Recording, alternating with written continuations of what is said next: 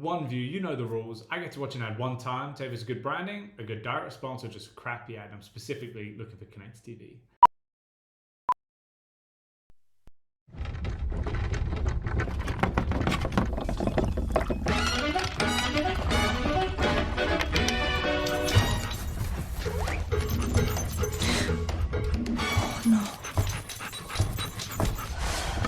With Chewy, get flea meds delivered before the itching begins.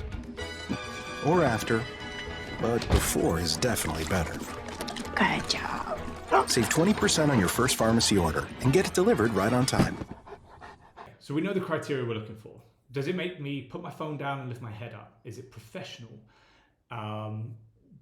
Is it memorable? Does it have a URL throughout? Does it have a strong call to action? And does it talk about unique selling points?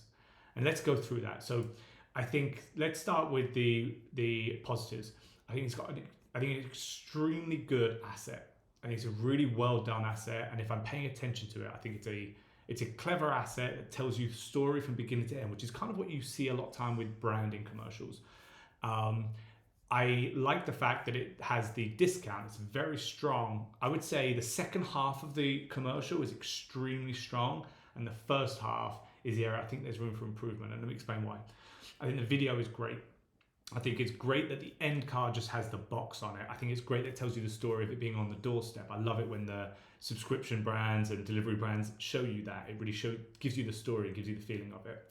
I think the discount, again, getting me in there, that DR element of it, the fact that I could do it all on my phone, again, very fast, very efficient.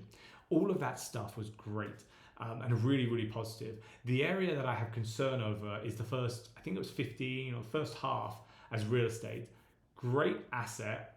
Unfortunately, it didn't make me pay attention to it. So it's not till about halfway through I heard the Chewy name, right?